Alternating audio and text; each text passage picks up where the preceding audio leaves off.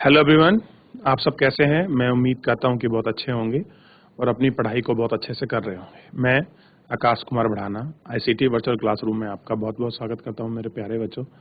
जैसा आपको पता है कि हमारी आपका जो है बच्चों 6th क्लास है और 6th क्लास के अंतर्गत हम लोग आपका देख रहे हैं हमारा जो आपका विषय है भूगोल। और भूगोल के अंतर्गत जो है बच्चों हम लोग बात कर रहे थे आपका जो है ग्लोब में हम लोग अक्षांश और आपका देशांतर रेखाओं के विषय में पढ़ रहे थे। उनको हमने पढ़ा और जाना भी है। आज हम लोग इससे आगे बात करेंगे। कोई भी डाउट बनता है, कोई भी कंफ्यूजन है तो आप मुझसे लाइव जुड़कर चैट के माध्यम से आप अपनी क्वेरी को, अपने प्रश्न को, अपने डाउट को मुझसे पूछ सकता है कोई भी स्कूल का कोई भी बच्चा। चलिए तो हम चलते हैं डिजिटल बोर्ड की तरफ। इसी को हम लोग आपका देख रहे थे और इसी में हम लोग सारी चीजों का आपका बात भी कर रहे थे एक एक करके। तो देखिए मेरे प्यारे बच्चों, मैं आपको बता दूं सबसे पहले इससे आगे बढ़ेंगे और इन सभी पर आप हम लोग जो है आपका बात करेंगे। ठीक, चलिए अब देखिए थोड़ा इसमें ध्यान देना है। ये कह रहा है कि उत्तरी गोलार्ध में कर्क रेखा 23.5 पर, दक्षिणी गोलार्ध में 23.5 पर आपकी मकर रेखा है। यानी कि हमको कर्क रेखा और मकर रेखा का भी जो है इसमें आपको बताना है और आपको समझाना है कि कहाँ पर कर्क रेखा और कहाँ पर मकर रेखा का बाप का निर्धारण होता है। ये सब चीज भी हमें आपको बतानी है। आइए देखते हैं, हम इन पर भी आपका बात करेंगे कि कहाँ पर बाप की कर्क रेखा है, कहाँ पर आपकी मकर रेखा है। थोड़ा इसके विषय में अभी हम लोग आपका जान लेंगे कि हम लोग कैसे इसका निर्धारण करते हैं। इन सभी को हम लोग आपका एक एक करके इन सब चीजों पर आपका देखेंगे बहुत अच्छे से। ठीक है, समझने का प्रयास कीजिए। सबसे पहले मैं आपको बता रहा था कि देखिए सबसे पहले इसमें जो है कुछ महत्वपूर्ण आपको चीजें हैं जो आपको ध्यान देना है। देखिए सबसे पहले आप इसमें देखिएगा, ये है आपका 0 डिग्री। ठीक है, इस 0 डिग्री को देखिए और जैसा कि आपको ज्ञात है कि 0 डिग्री को मैंने क्या बताया है आपको, ये आप खुद अच्छे से जानते हैं। ठीक है, बताइए बच्चे क्या बताया मैंने। 0 को मैंने आपको बोला है विषुवत, विषुवत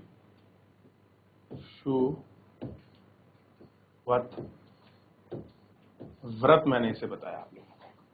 ठीक है, फिर उसके बाद देखिए फिर यहां पर एक आपकी रेखा है, आपको पता होना चाहिए।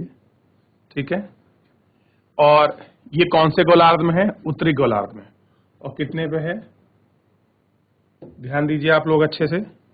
ये है आपका 23.5 और इसको बोलते हैं कर्क रेखा। क्या कहते हैं, कर्क रेखा। कितने पर है, 23.5 डिग्री। ठीक, ये आपको ध्यान रखना है। ऐसे ही आपका एक ठीक आपके नीचे के गोलार्ध में है, थोड़ा सा ध्यान रखिए आप इसको। ये जो रेखा है ये आपकी रेखा को आप समझिए, ये है आपका 23.5 डिग्री और इसको बोलते हैं मकर रेखा।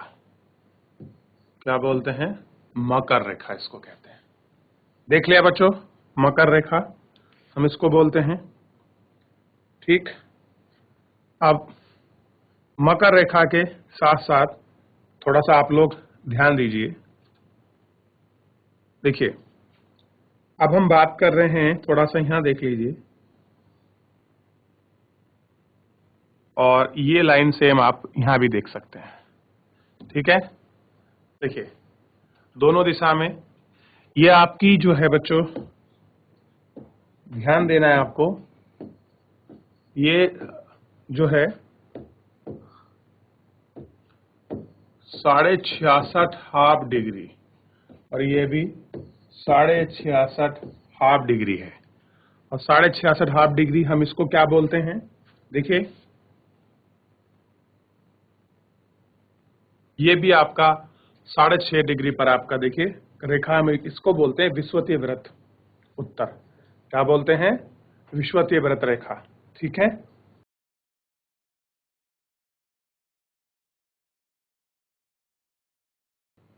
ठीक।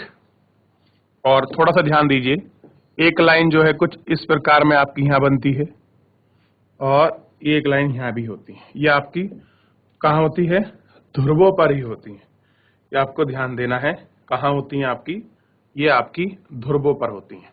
ठीक, तो आप इनको ध्यान दे सकते हैं कि ये जो है आपके क्या है? ये आपके पोलर एरिया है, ये आपके ध्रुवीय क्षेत्र हैं। ठीक, इस प्रकार आप इनको देखकर समझ सकते हैं, आप इनका निर्धारण कर सकते हैं। लिखिए बच्चों इनको, फिर आगे बढ़ेंगे हम लोग। मैं एक आपको अभी जो जोन वाला रीजन है ये मैं आपको बना के दिखाऊंगा। ठीक है, लिखिए, देख लिया बच्चों। चलिए आगे देखिए, थोड़ा सा और हम ले लोग इसमें आपका बात करते हैं। थोड़ा इसको बड़ा करते हैं, ध्यान दीजिए इस पर। देख लिया आप लोगों ने? चलिए आगे देखिएगा, मैं आपको कुछ बताना चाह रहा हूं, ध्यान दीजिए आप। ये देखिए, ये हुआ आपका 0, ये हुआ आपका 23.5 और ये हुआ आपका 23.5। देखिए इतना आपको साफ इस पर दिखाई दे रहा है और इसमें आपको बिल्कुल सुस्पष्ट दिखाई देगा। ये देखिए, ये जो इसके बीच का रीजन है, ठीक है, ये हो गई, आप देखिए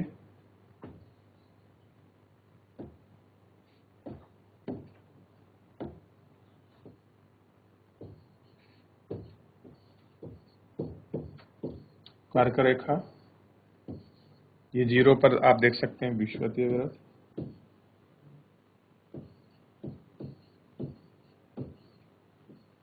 विषुववृत्त, और ये हो गई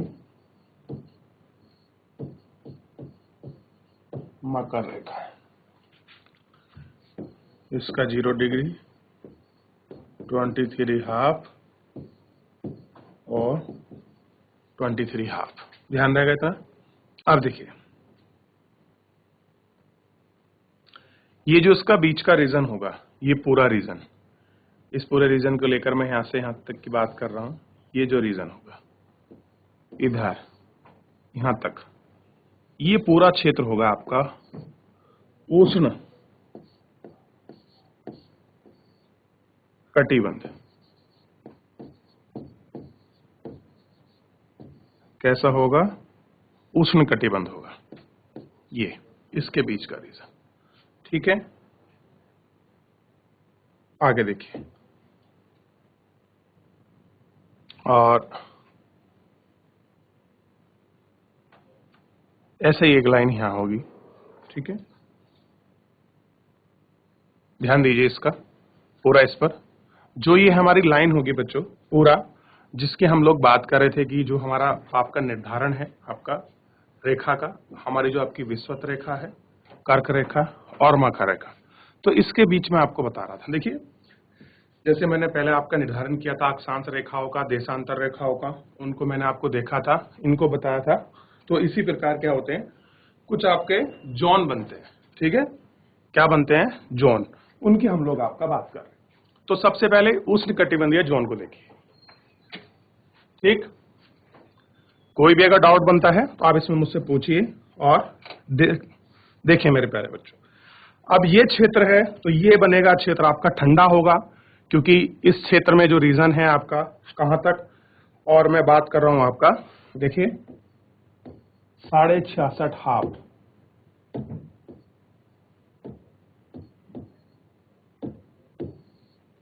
क्या बात कर रहा हूं? आपका 66.5 हाफ का। और ये क्या है आपका? ये है शीतोष्ण। कौन सा क्षेत्र है ये आपका? शीतोष्ण कटिबंध। और ये भी क्या होगा आपका? शीतोष्ण कटिबंध होगा आपका, ध्यान रखना। क्या होगा? शीतोष्ण कटिबंध होगा। ठीक, इतना आप इसको ध्यान रखिए बच्चों। क्लियर है? ठीक। अब देखिए ऐसा ही क्या होता है, कुछ एक आपका ध्रुवों पर भी जो है आपका लाइन बनती है, उसको भी हम लोग एक बार थोड़ा सा इसमें आपका देख लेते हैं। ये आपके वृत्त होते हैं यहाँ ध्रुवों पर, ठीक है, ये आपको पता होना चाहिए। ठीक, ये हो गए हमारे ध्रुवीय प्रदेश। और बल्कि मैं अगर ध्रुवीय प्रदेश की बात करूं,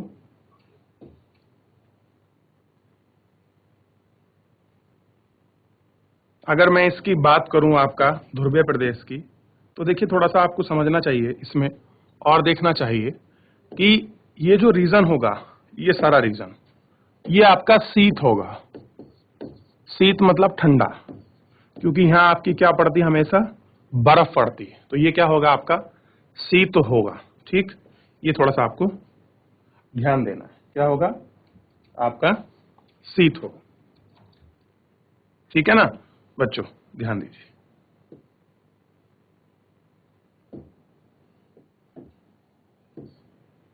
ठीक, चलिए इसको आप लिख लीजिए, ये पूरा आपका निर्धारण होगा। आप देखिए ये जो मैं आपकी बात कर रहा था लास्ट में कि जो मुझे आपको कुछ समझाना है, क्षेत्र आपको बताने हैं, ये थोड़ा सा ध्यान दीजिएगा आप। ये वाला विशेषकर ये देखिए, ये जो क्षेत्र होगा ये आपका है पोलर एरिया, ये आपका ध्रुवीय क्षेत्र है। कैसा है? ये आपका ध्रुवीय क्षेत्र है। ये कैसे हैं आपके ध्रुव हैं, ये भी क्या है ध्रुव है।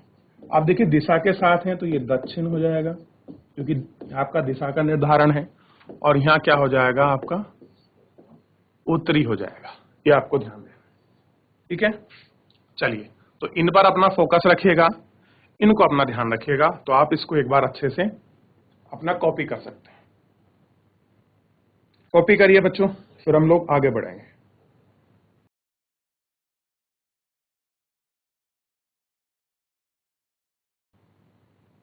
करिए। अब देखिए ये क्षेत्र हैं शीत, और यहां भी कटिबंध आ जाएगा, क्योंकि ये क्या होते हैं जोन होते हैं। कटिबंध, कटिबंध।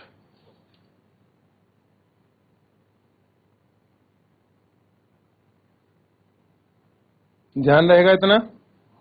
अभी मैं आपको टाइम निकालना भी सिखाऊंगा, इसमें लिख लीजिए, बना लीजिए। देख लिया मेरे प्यारे बच्चों, तो इतना आपको समझ आया होगा। इसमें अगर कोई डाउट है तो आप मुझसे पूछिए, या कोई चीज आपको समझ नहीं आई तो हमने क्या कर लिया, इन सारे रीजन को हम लोगों ने आपका पढ़ लिया कि कहां पर कर्क रेखा है, कहां पर मकर रेखा है, और इसी को हमने बनाने का प्रयास भी करा। ठीक है, इसी को देखा। अब थोड़ा सा हम जो इसमें बात करने वाले हैं, या जो अपने टॉपिक पर बात करेंगे, तो हम लोग ये बात करेंगे पृथ्वी के ताप कटिबंध। क्या देखेंगे?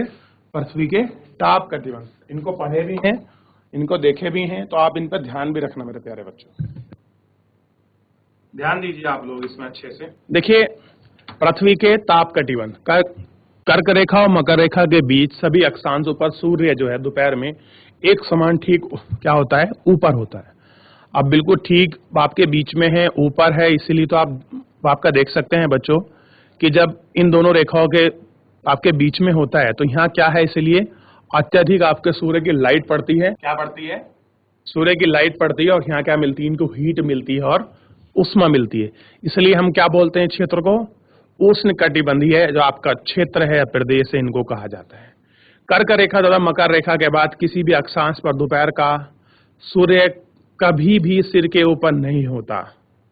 अगर हम लोग कर्क रेखा या मकर रेखा को पार कर जाएं तो कोई भी ऐसी कंडीशन नहीं आने वाली जहां आपका हमारे पास सूर्य हमारे सर के ऊपर आ जाए। ठीक है, ध्रुव की तरफ सूर्य की किरणें क्या होती हैं, आपकी तिरछी होती हैं। इस प्रकार उत्तरी गोलार्ध में कर्क रेखा एवं उत्तरी गोलार्ध में व्रत में दक्षिणी गोलार्ध में मकर रेखा दक्षिण ध्रुव के बीच क्षेत्रफल का मध्य होता है, इसलिए इन्हें शीतोष्ण कटिबंधीय कहा जाता है। उत्तरी गोलार्ध में उत्तरी ध्रुव वृत्त एवं उत्तरी ध्रुव तथा दक्षिणी गोलार्ध में दक्षिण ध्रुव के बीच बहुत ठंडा होता है, क्योंकि यहाँ सूर्य क्षितिज से ऊपर जा पाता है, इसलिए इनको शीत कहते हैं। अब देखिए, जो आपके पोलर एरिया होते हैं जिनकी मैं आपको यहाँ बात कर रहा था, खास करके ये वाले जो आपके क्षेत्र होते हैं, इन क्षेत्रों में क्या होता है मेरे प्यारे बच्चों, आपका सूर्य जो है तो उनकी किरणें जो होती है उष्मा वो आपका नहीं पहुंच पाती, और क्या होता है ऐसे क्षेत्र में आपका ठंड बरकरार रहती है। यहाँ क्या बढ़ती है, आपका वर्ष भर क्या आपको देखने के लिए मिलती है, हमको बर्फबारी देखने के लिए मिलती है। और ये वाला जो आपका रीजन है, देखिए अभी मैं रेड करके आपको दिखा देता हूँ, ये आपका जहां पर सूर्य का प्रकाश परस्पर हम लोगों को मिलता है वो आपका चमकता रहता है, ये क्षेत्र ऐसा है जो आपका गर्म रीजन है। क्या मिलेगी यहाँ आपको, हमेशा गर्मी देखने के लिए मिलेगी। टेम्परेचर हमेशा क्या बना रहेगा, यहाँ गर्म बना रहेगा। ठीक है, तो इसको थोड़ा सा आप विशेष कर आपका ध्यान आपको रखना है, विशेष कर आपको ध्यान देना है। ठीक है, तो ये ऐसा रीजन है जहां पर क्या मिलेगा, आपको गर्मी मिलेगी। अब देखिए इसके बाद आता है, थोड़ा सा आप ध्यान रखिए, ये होता है शीत रीजन। ये क्षेत्र जो है यहाँ आपको क्या मिलेगा, ठंडा मिलेगा। अब यहाँ कैसा ठंडा होगा, ऐसा नहीं कि 24 घंटे यहाँ आपकी बर्फ पड़ रही है, यहाँ बिल्कुल शीत है, नहीं। यहाँ कर्क रेखा मकर रेखा की तुलना में यहाँ के मौसम में बहुत बड़ा आपको बदलाव दिखाई देगा, बहुत अंतर यहाँ आपको देखने के लिए मिलेगा बच्चों। ठीक है, आप इसको समझ सकते हैं, आप इस अंतर को मेजर भी कर सकते हैं कि क्या इनके डिफरेंसेस हैं, क्या इनकी चीजें हैं। आप इनको एक एक करके बहुत अच्छे से देख लेंगे तो सारी चीजें जो हैं इसमें आपको समझ भी आएंगी। ठीक है मेरे प्यारे बच्चों, इस पर थोड़ा सा अपना ध्यान रखना और आप इसको देखते भी रहना। ठीक है, ताकि आपको पता लग जाए स्पष्ट तरीके से। ठीक, तो यहां पर आपका क्या मिलेगी, आपको गर्मी मिलेगी इस वाले रीजन में। यहाँ आपको शीत रहेगा, आपका ठंडा मौसम रहेगा, और इस वाले में बिल्कुल आपका क्या रहेगा, शीतोष्ण, ठंडा गर्म दोनों होते हैं बच्चों यहाँ, और यहाँ आपको ठंड मिलेगी। क्लियर है, ये आपको देखना है। अब हम बात कर रहे थे कि आपका देशांतर क्या है। देखिए मैं आपको देशांतर जो है पूरे अच्छे से पढ़ा चुका हूं कि कौन सी रेखाएं होती हैं, कहाँ जुड़ती हैं पूर्व से पश्चिम, और किस प्रकार माइन का मेल्ट पॉइंट होता है। तो इस चीज को हम लोग जो है आज लेक्चर में अपना बहुत अच्छे से हम लोग आपका देख भी चुके हैं, सीख भी चुके हैं, और आपका पढ़ भी चुके हैं कि कहाँ पर क्या होता है। क्लियर है, तो ये सब चीजें आपको थोड़ा सा ध्यान रखनी है, और आपको वापस देखना भी है कि किस तरह से हम इनको समझ सकते हैं और किस तरह से हम इनको देख भी सकते हैं।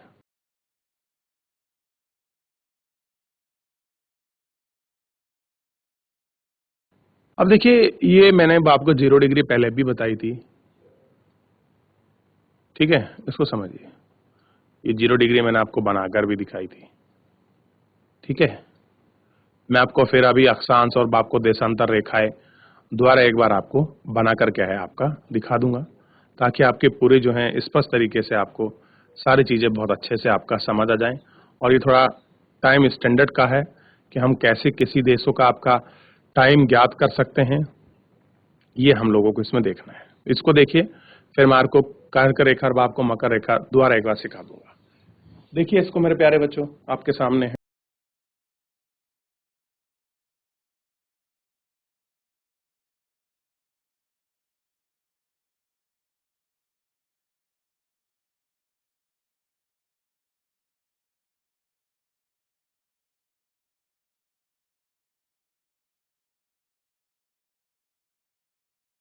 चलिए, ये आपने बात कर लिया, अब इसको आगे देखते हैं। ठीक है, देशांतर और समय, थोड़ा हमको आपका समय निकालना सीखना है, तो हम इस समय के विषय में भी मैं आपको एक एक करके आपको बहुत अच्छे से आपको बताऊंगा, और आपको समझाऊंगा भी क्या है इसमें। क्लियर है, और आप इसको देख भी सकते हैं और आप इसको समझ भी सकते हैं, और इस पे हम लोग एक एक करके आपका बहुत अच्छे से आपका बात भी करने वाले हैं। ठीक है मेरे प्यारे बच्चों, चलिए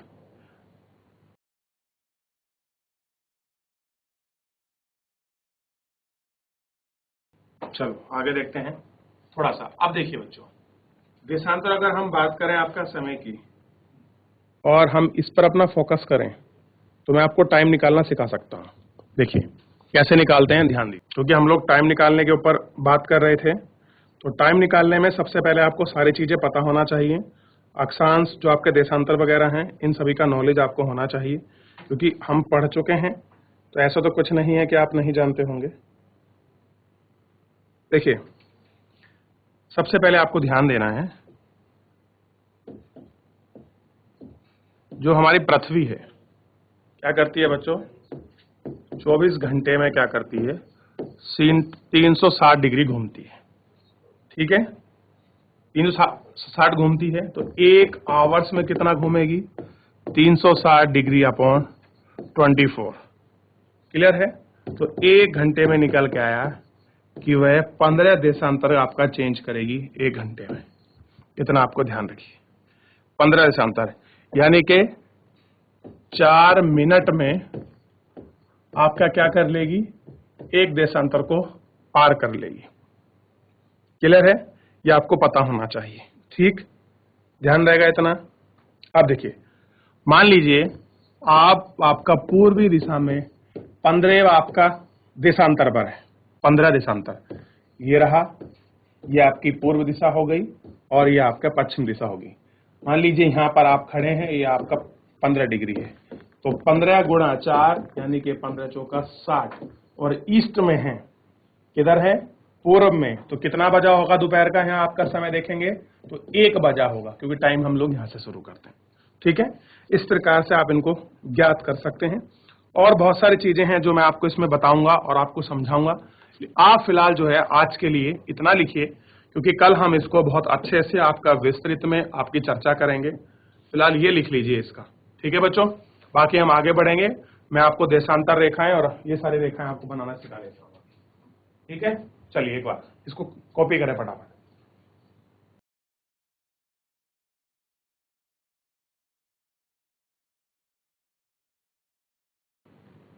चलिए देखिए, मैं आपको बता देता हूं फटाफट, जल्दी जल्दी। ये आपका कौन सा देशांतर है बच्चों, ध्यान दीजिए, ये आपका 0। ठीक है, ध्यान रहेगा, ये आपका देशांतर रेखा में खींच रहा हूं, खींच गया बच्चों, ध्यान देना। ठीक है, और अगर मैं अब बात करूं,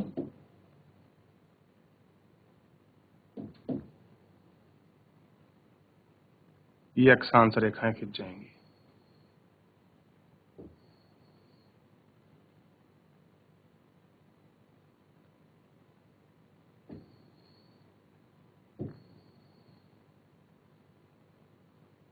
देख रहे हैं ना बच्चों,